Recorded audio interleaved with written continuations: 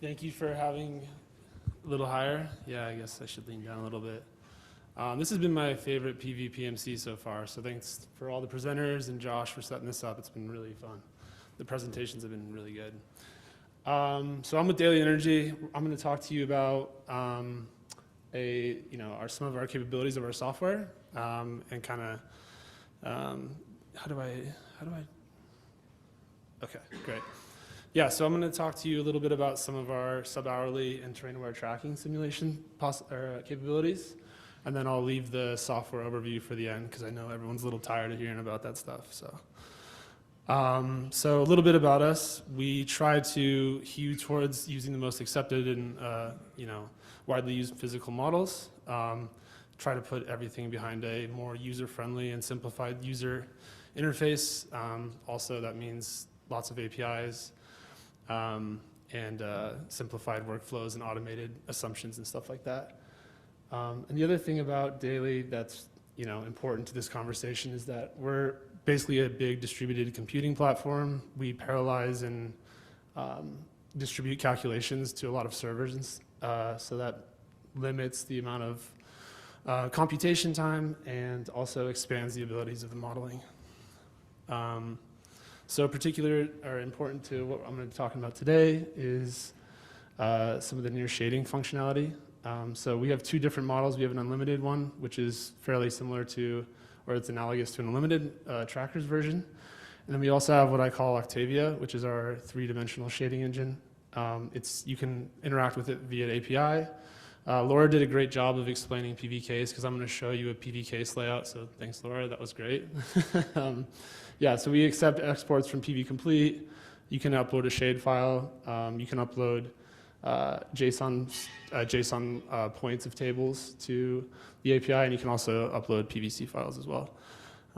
So just to dive into this a little bit more, we split up all of the calculations so that we're analyzing every table individually, and we're looking at every sun position and every azimuth, every sun azimuth and every elevation independently for every table. And so we can do very detailed calculations on loss factors from AOI, diffuse, direct shading, calculate electrical mismatch, things like that. And this is all done in parallel. So when we run sub-hourly simulations, we split things up, pass it to different servers, and then collect it back at the end. So I'm going to show you walk you through a little some results. This is actually a PVC layout. This is one of my favorite layouts because it's got the ever slightest swale, and I actually presented this last year too, so I really love it. But yeah, so there's a north-south ridge, and if you have the right terrain-aware tracking, you can pretty much recover all of the energy. So it's a great project to kind of demo on. We're going to look at a project in Sonoma. We're going to look at 4 different intervals of irradiance data from the physical solar model from in RSDB. And the project just, because you've seen a lot of the sub-hourly clipping posters, I'm sure, a 1.27 DC-AC and a 0.4 GCR. We also have a split bus module, so there's basically 2 diodes along the cord of the module, or the cord of the tracker. So this is just a little bit of a more detailed view of the layout. You can kind of see there's ever so slight of a slope. These trackers are tilted all the way to their max of 52, so they're kind of standing on their ends a little bit. So I'm just going to jump right to the results, and then we're going to kind of walk our way to how we got here. So what you have on the top is a table of all of the weather data simulations and their steps. So we did 60, 30, 15, and 5-minute intervals. We have true tracking, which is just no backtracking, and then terrain aware. And then the tracking changes, the last column on the right is all of the number, the count of changes made over the year to adjust for the tracking schedule. So at the 5-minute interval, we're doing about 4.5 million intervals, or 4.5 million changes. So the interesting part about this is that if you model terrain-aware tracking in a very small time step, you can actually kind of just hew towards, you can capture basically all of the energy back, and you can also demonstrate that the that you're just dealing with the sub-hourly clipping losses that you were getting when you were measuring just from a 60-minute time step. So just to reframe this a little bit, these are losses from a two-dimensional simulation, and our two-dimensional and three-dimensional with no backtracking and versus PVSys are within a few hundredths of a percent. So that's kind of left out of here, but just keep that in mind. So the graph is just kind of displaying those values in the chart. This doesn't have too much to do with the sub-hourly stuff, but it's interesting to see. So this is the fraction of total array that's shaded as a function of sun position. So you have 2, 10, and 20 degree sun elevations, and then you have sun azimuths from 60 to 300. And so you can see on the left is standard backtracking, on the right is terrain aware. So you can see the significant reduction in the amount of shade that's present on the array at any given time. So to kind of go into this a little bit more, we're going to go look at one table. I did this kind of the same thing last year, so not to repeat myself too much, but we're going to take a table on the west side of the array at the lowest point of the hill, and we're going to kind of just study tomorrow's irradiance, basically. So on the left here, we have kind of a focused view of the right side of the tracking patterns. So we have sub-hourly and hourly tracking. So you can see there's kind of obviously differences in the graph. You actually make it to 0 in the sub-hourly tracking, which is important. And then just to highlight this, we're focusing on that kind of that left edge there. And you can see the dotted line is the hourly terrain aware, and the orange is the 5-minute terrain aware, and the gray is normal tracking. So that's not terrain aware. So you can see how we're delaying basically the tracking process.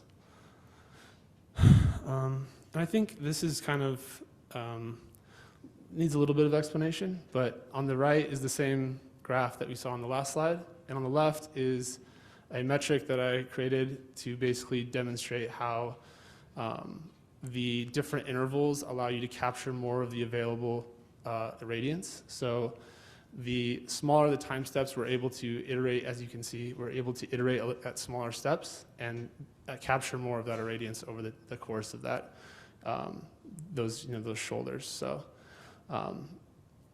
it's a little bit of maybe a non-standard metric on the left, but I think it really stood out to me as something that's you could find in every Daly graph. So I thought it was interesting. Okay, so that was the quick run through of the results, and I think there's probably a lot of stuff I left out on the modeling, and I know this is a modeling conference, but I kind of cruised over all of that. So that's a pretty high-level view. So I'm just going to give you a little bit of an overview of the software now. So we basically have 3 major components. There's a web interface, there's an API, and then we're integrated with a few other softwares. So when you're using Daly, you can interact with the API, the web interface, or another software and have interactions kind of show up on the other pieces of your workflow. So if you're adding modules or creating runs through the API, they'll show up in the web interface, or you're creating weather files or locations, they'll show up in your PV complete layouts. The modeling platform, we have the interface, as I mentioned. We're building one-click production modeling that should be rolled out soon. We have a lot of automated workflows and assumptions, and there's workspaces that are segmented so you can work on projects or with certain other users without interfering with, disseminating too much information. The API is where all the models live, obviously, and then Octavia is kind of what I briefed you into just a little bit ago. The web interface is something that we just released, so you can do multiple blocks. It can handle sub-hourly, has PDF and Excel reports. There's automated workflows and assumptions, and we have 3 automated weather imports at this point. So, yeah, it's brand new, so just kind of rolling that out. And then the last thing here is the next things we're working on. So we're working on AOI optimized tracking, which is basically taking what I just showed you today and accounting for being able to basically track at a more aggressive angle to capture more of or less AOI loss from the the top half of a center bus bar module. So there's a little bit of a difference in how you would deal with terrain-aware tracking. And then the other thing is we're moving to multi-year simulation. So when you download time series from Visaler, it'll just run 20 years of production and report it to you as a single production run, since it's kind of parallelized and split up. So yeah, so that was it. There's my email. If you have any questions, please come talk to me. That's it.